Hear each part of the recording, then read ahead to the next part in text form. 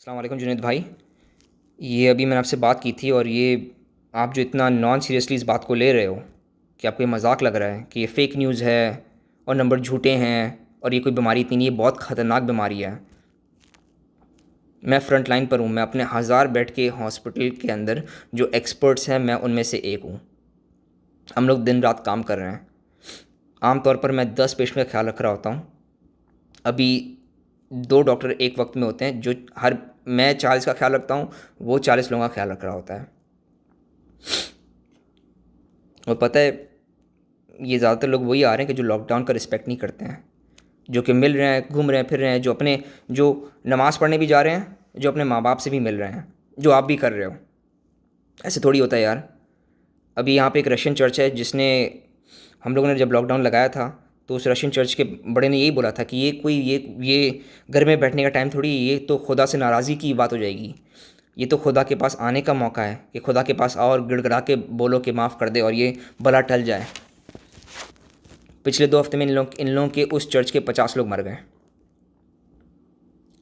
इस हद तक का बुरा हाल हुआ था कि हम लोग को फ़ौजियों को भेजना पड़ा था इनके घरों पे, कि वो घर के बाहर फ़ौजी खड़े हुए थे बंदूक के साथ कि निकलने नहीं दें किसी को।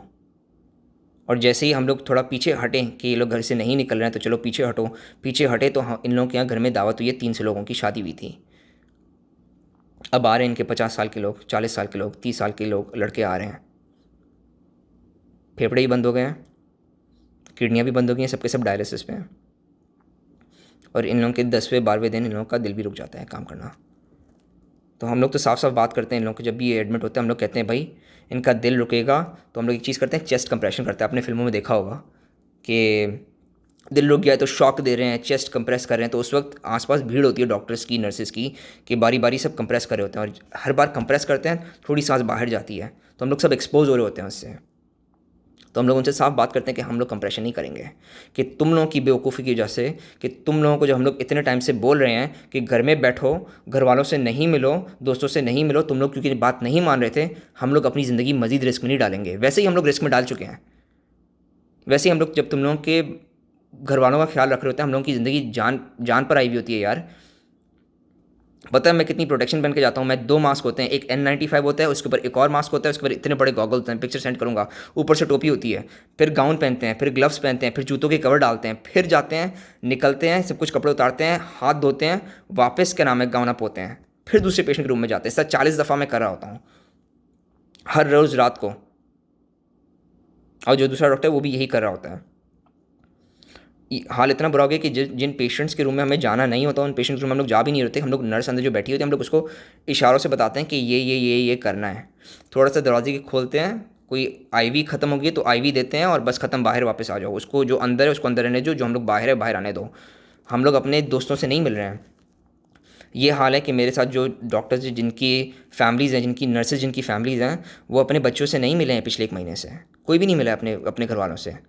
ठीक है, हम लोग आते हैं। इस तरह मैं अपना बताता हूँ कि मैं जिन कपड़ों में हॉस्पिटल के अंदर होता हूँ, वो कपड़े मैं हॉस्पिटल में उतारता हूँ, उधर की लॉन्ड्री मशीन में डालता हूँ, जो कि स्पेशल लॉन्ड्री मशीन होती है सैनिटाइजेशन वाली, उसमें डालता हूँ, नहाता हूँ, दूसरे कपड़े पहनता हूँ।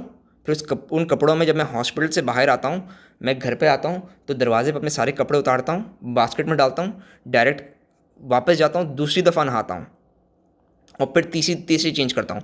मैं रोज़ाना 3 कपड़े बदली कर रहा हूँ, सिर्फ इसलिए कि मुझे वायरस नहीं लगे। तो जब मैं इतनी प्रोटेक्शन कर रहा हूँ तो आप लोग क्यों नहीं कर रहे हो प्रोटेक्शन इतनी? मतलब नमाज़ पढ़ने का मकसद क्या है? इस ऐसे मौके पर बाजमात पढ़ने का मकसद क्या है? यूँ तो ज़िंदगी भर नमाज़ पढ़ी नहीं है किसी ने। अब वायरस है तो भाई खुदा खुदा खुदा सब नमाज़ पढ़े हैं, बाजमात नमाज़ पढ़ रहे हैं। यार एक बंदा चाहिए, सिर्फ एक बंदा, सिर्फ एक बंदे को वायरस हो ना, और वो उस नमाज में पढ़े तो उसकी पूरी सफ़ वालों को वायरस होगा। तो इस्लामी तौर पे इसका रिस्पॉन्सिबल कौन? क़यामत के दिन कौन कौन उठाया जाएगा? कि जब तुम्हें पता है, जब तुम्हें हर न्यूज़ चैनल पे तुम्हारी गवर्नमेंट बोल रही है, तुम बाकी लोगों को देख रहे हो, जब तुम्हें पता है बाकी, यार हमारे यहाँ 1000 लोग मरे थे कल रात को, 1000 लोग। 7 पेशेंट तो मेरे मरे हैं। तो यार इसको प्लीज़ इतना इतना लाइटली मत लो। ये कोई वक्त नहीं है कि आप नमाज़ पढ़ने जा रहे हो, आप अपने माँ बाप से मिलने जा रहे हो और आपके माँ बाप दूसरे दूसरे अपने भाई से मिल रहे हैं। तो फ़र्ज़ करो एक बंदे को है, फ़र्ज़ करो मुस्तफ़ा को खुदा ना खास्ता किसी से वायरस लगा है, अपने दोस्त से वायरस लगा है। उसको शुरू के 10 दिन में कुछ भी नहीं पता चलेगा, ठीक है, कोई सिम्टम नहीं आएगा, कोई खांसी कोई नज़ला नहीं आएगा, पर वो वायरस से इन्फेक्ट कर रहा होगा। सिर्फ बात करते हो ना, सामने कोई खड़ा होता है उसे महसूस होता है ना कि उसके चेहरे पे हवा लग रही होती है। कुछ लोग बात करते हैं थूक उड़ते जाती है, ये सारी वायरस से भरा हुआ है यार, ठीक है। तो ये आप मिले हो, आपको तो कोई बाज़ार सिम्टम नहीं आ रहा, आपको सिम्टम आएगा 10 दिन बाद, जब वो खांसी, गले में इच होगी, सांस फूलने लगेगी, ये 10 दिन बाद आती हैं सारी चीज़ें। शुरू के 10 दिन कुछ नहीं होता आपको, पर आप इन्फेक्ट कर रहे होते हो। तो अगर मुस्तफ़ा को हुआ है तो उसने आपके वालिद साहब को दिया, उसने अदनान को दिया, उसने आप बाकी आपकी बहनों को दिया, ठीक है, अपने बहनोइयों को दिया, और उसने आपको दिया, आप घर पर आए, आपने अपनी अपनी बेगम को दिया, अपने बच्चों को दिया, आप नमाज़ पढ़ने गए, आपने उन लोगों को दिया, ठीक है। तो इसका ज़िम्मेदार कौन? ऐसी ऐसी नमाज़ों का मकसद क्या है कि जब आप जा रहे हो और आप लोगों को, और पता है आप शायद बच जाओगे, आपके वालिद साहब थोड़ी बचेंगे इस चीज़ से। वो वेंटिलेटर पे जाएंगे तो उसका रिस्पॉन्सिबल कौन? उनकी जान जाएगी, रिस्पॉन्सिबल कौन? फिर तो आप डॉक्टर को मारोगे ना कि हम हमारे डॉक्टर ने मार दिया, डॉक्टर ने मार दिया, मारा तो आपने। तो ये कोई वक्त नहीं है, प्लीज़ इन इन चीज़ों से परहेज़ करो। मतलब ये क्या है, मतलब मासियाँ घर पे आ रही हैं, आपके ड्राइवर घर पर आ रहे हैं, मतलब इन किस किस किस बात का इतना रिस्क ले रहे हो? छुट्टी करो इन सबकी। अभी तो हाथ पैर काम कर रहे हैं, घर में झाड़ू लगाओ यार। रसूल सल्लल्लाहु अलैहि वसल्लम ने घर पे झाड़ू लगाया, तो आप लोग झाड़ू नहीं लगा सकते हो? रसूल सल्लल्लाहु अलैहि वसल्लम ने अपने अपने खुद के कपड़े धोए, तो आप लोग क्या उनसे शाही हो? ये वो वक्त नहीं है कि जब आप अपने दोस्तों से मिल रहे हो। मतलब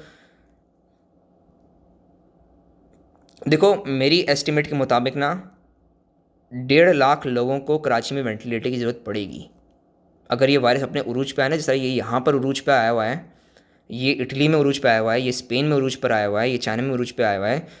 ये उरूज पे आप लोगों के अगर आएगा ना तो 1.5 लाख, कराची की पॉपुलेशन के मुताबिक 1.5 लाख लोगों को वेंटिलेटर की ज़रूरत पड़ेगी। पूरे पाकिस्तान में 170 वेंटिलेटर हैं। क्या करोगे फिर? छोड़ दोगे? वो आपके सामने घुट घुट के मर जाएंगे। हमारे यहाँ जब ये लोग मरे होते हैं तो अपने कमरे में मर रहे होते हैं, और हम लोग फैमिली को बोल देते हैं हम लोग नहीं जा रहे, और हम लोग आपको हॉस्पिटल में भी नहीं आने देंगे। आपको बस हम लोग एक फ़ोन कॉल करेंगे कि आपका बंदा मर गया है, ठीक है। और हम लोग रात, मतलब जब हम लोग देख रहे होते हैं कि बंदा जा रहा है, तो हम लोग रात के शुरू में कॉल कर लेते हैं। जब मैं देखता हूँ शिफ्ट में पकड़ता हूँ, पेशेंट की केयर पकड़ता हूँ, मैं देखता हूँ ये पेशेंट जाने वाला है, ये पेशेंट जाने वाला है, ये पेशेंट जाने वाला है आज, तो मैं उनकी फैमिली को शिफ्ट के स्टार्ट में ही फ़ोन करके बोल देता हूँ कि भाई देखो, इनकी हालत गंभीर है, मुझे नहीं लगता ये आज रात सर्वाइव करेंगे, आप आके देख नहीं सकते हो इनको, ठीक है। और मैं जो मेरी नर्सेज है ना, मैं उनको भी कमरे से बाहर निकलवा लूँगा, क्योंकि उनको रिस्क पर डालने का कोई फ़ायदा नहीं कि बंदा जाने वाला ही है। और जब ये मर जाएगा तो मैं आपको एक फ़ोन कॉल करूँगा कि आपका बंदा मर गया है, ठीक है। हम लोग एग्जामिन करने भी अंदर नहीं जा रहे होते। वो वेंटिलेटर की ट्यूब डली हुई होती है, उस ट्यूब के ऊपर हम लोग क्लैंप लगाते हैं, वेंटिलेटर डिस्कनेक्ट करते हैं, मॉर्ग में भेज देते हैं, ठीक है। उधर ही उनकी टॉफ़ी तैयार होती है, कफन में उधर ही बांधते हैं, और फिर वो आगे ट्रांसपोर्ट हो जाती हैं बॉडीज़। और ये बॉडी को हम लोग दफना नहीं रहे हैं, ये जला देते हैं हम लोग, क्रीमेट कर देते हैं, कि कोई फ़ायदा नहीं है इसको, रिस्क किसी को भी रिस्क पर डालने का कोई फ़ायदा नहीं है। प्लीज़ इस बात का प्लीज़ प्लीज़ ख्याल रखो। 10 दिन बाद ये इफेक्ट लाना शुरू करता है, सिर्फ इस बात का ख्याल रखो। आप मस्जिद में नमाज़ पढ़ने गए हो, एक बंदे को वायरस है, उसने सांस ली, चलो खांसा उसने, 8 लोगों की अगर गैदरिंग है, सबके सबको वायरस लग गया, ठीक है। उसने नहीं किया, अगर आपको खांसा नहीं, उसने खाक करके थूका, आपकी चप्पलें उस थूक पे चढ़ी, वो चप्पल पहन के आप घर में आओगे ना, वायरस तो ले आए आप घर के अंदर, फिर क्या? फिर आपकी बेगम की जब डेथ होगी तो कौन रिस्पॉन्सिबल है उसका? मासियाँ घर में आ रही हैं, ड्राइवर घर में आ रहे हैं, यार ये प्लीज़ प्लीज़ ख्याल रखो। मतलब क्या क्या काम नहीं होता क्या? ड्राइवर की इतनी ज़रूरत है? और जब जब जब आपकी गवर्नमेंट और आप लोग जब सीरियसली लोगे ना, तो एकदम से ये लोग लॉकडाउन लगाएंगे। लॉकडाउन जब ये लगाते हैं पाकिस्तान के अंदर, तो बिल्कुल सब कुछ बंद कर देते हैं ना, पेट्रोल पंप तो फ़ौरन बंद हो जाते हैं।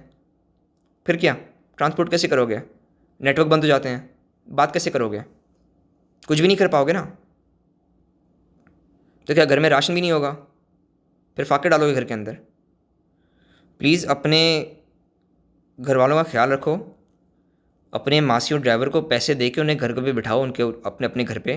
ये मजाक का टाइम नहीं है, ये बहुत सीरियस बीमारी है और हम लोगों को कोई समझ में नहीं आया है। वेरी ऑनेस्टली, जो भी डॉक्टर आपको बोलता है ना कि इसका ये इलाज है, उसका वो इलाज है, मलेरिया की मेडिकेशन इलाज है, कुछ कोई नहीं है, कुछ भी नहीं है, कुछ भी नहीं है। मेरा एक पेशेंट भी मलेरिया की मेडिकेशन से बचा नहीं है, ठीक है। एजिथ्रोमाइसिन से एक पेशेंट भी नहीं बचा मेरा। ये सब मर गए हैं, सबके सब मर जाते हैं। वो बात अलग है कि मेरे पास जो पेशेंट्स आते हैं वो सबसे बीमार पेशेंट्स आते हैं। मैं आईसीयू के पेशेंट का ख्याल रखता हूँ जो सारे वेंटिलेटर पर होते हैं। 90% लोगों को ये जो बीमारी होती है वो नॉर्मल से फ्लू की तरह बीमारी होती है। वो खांसते हैं, 2 हफ्ते तक पड़े होते हैं ज़मीन पर और फिर वापस ठीक हो जाते हैं। बट उन्होंने जितने टाइम वो चल फिर रहे होते हैं वो हर किसी को इन्फेक्ट करते हैं। उनके फिर वालिदैन घर पर इधर आते हैं बीमार होके। रशियन का मैंने बताया था, न्यू जर्सी में एक फैमिली थी, उनकी गैदरिंग हुई ना लॉकडाउन हुआ तो उन लोगों ने भी सीरियसली नहीं लिया। तो उनकी फैमिली गैदरिंग हुई थी, सब ने मिलकर ना कहा कि वो चलो चलो छुट्टियाँ हैं, चलो मिल बांट के खाते हैं। तो पूरी फैमिली गैदरिंग हुई, फुफियाँ, चाचा, दादा दादी, बेटे क्या नाम है, इनके सारे बच्चे हैं। तो उनमें से एक को खांसी थी। अब उनके फैमिली के 2 फुफियाँ, 2 चाचा और दादा दादी सब मर गए। तो आपकी इस गैदरिंग की वजह से आपके घर के 6 फर्द मर गए। तो कौन रिस्पॉन्सिबल है इसका? इतनी तप्पड़ है आप में कि आप इनका गिल्ट अपने कंधे पर रख सको। और क़यामत के दिन पूछा जाएगा तो आप क्या जवाब दोगे कि हमें तो लोग बता रहे थे, हमें ही मस्ती थी। फ्लोरिडा में एक पाकिस्तानी फैमिली को मैं जानता हूँ, उनकी शादी हुई थी। तो उधर भी इनको किसी को भी सिम्टम्स नहीं थे, पर अब उनका दोनों तरफ के ना ससुर मर गए हैं। लड़की का बाप भी मर गया, लड़के का बाप भी मर गया कोरोना से। और बाकी फैमिली तो इन्फेक्टेड है पर उनको इतना कुछ हुआ नहीं, पर वो दोनों मर गए हैं। प्लीज़ इस चीज़ को सीरियसली लो। ये चीज़ बहुत बहुत बुरी है और कोई इलाज नहीं है इसका। डॉक्टरों को सही तरह समझ में नहीं आया है कि इसे हम लोग क्या नाम है सॉल्व कैसे करें, क्योंकि ये आम तौर पे आम बीमारी की तरह प्रेजेंट नहीं कर रहा है, ये काफ़ी अलग प्रेजेंट कर रहा है। ये किडनी पे भी अटैक कर रहा है तो सारे डायलिसिस पे हैं। ये दिल पे भी अटैक कर रहा है तो दिल एकदम से रुक जाता है इनका। और फेफड़े तो ख़राब थे ही, उनके बारे में आप लोगों को थोड़ा पता है कि फेफड़े ख़राब हो जाते हैं। और पता है क्या होता है, एक तो ट्यूब डली हुई है मुंह के अंदर, एक मैं गर्दन में डालता हूँ, एक मैं हाथ में डालता हूँ, एक मैं पेशाब की नाली में डालता हूँ, एक मैं पिछवाड़े में डालता हूँ, ठीक है। और जब इन ये डायलिसिस पे चढ़ते हैं जो कि तीसरे दिन डलते हैं तो एक क्या नाम है थाई में भी डलती है लाइन, जो डायलिसिस की लाइन होती है। और फिर मैं दबा के इन्हें मॉर्फिन दे रहा होता हूँ, फेंटनिल दे रहा होता हूँ, प्रोपोफॉल दे रहा होता हूँ। फिर ब्लड प्रेशर गिरता है तो मैं ब्लड प्रेशर की मैं एक और दवाई एक और ड्रिप स्टार्ट करता हूँ। फिर मैं पानी देना शुरू करता हूँ कि किडनियाँ फेल हो रही हैं। बहुत बुरा हाल है। प्लीज़ इस बात को सीरियसली लो। नमाज़ों पे जाना बंद करो, लोगों को इन्फेक्ट करना बंद करो, माँ बाप से मिलना बंद करो, गैर ज़रूरी मिलना जुलना बंद करो। मतलब यार इंटरनेट है, व्हाट्सएप है, स्काइप है, इनसे कांटेक्ट में रहो। डायरेक्ट मिलने की क्या ज़रूरत है? क्या ये मिलना इतना ज़रूरी है कि आप बोलो कि नहीं, अगर हम लोग नहीं, मतलब मैं अपने माँ बाप की जान देने के लिए तैयार हूँ पर मिलना लाजमी है, इतना ज़रूरी है? चलो खैर, मैं मज़ीद आगे बात नहीं करूँगा, आगे आप लोग खुद समझदार हो, ठीक है। प्लीज़ बात को सीरियसली लो। खुदा हाफिज़।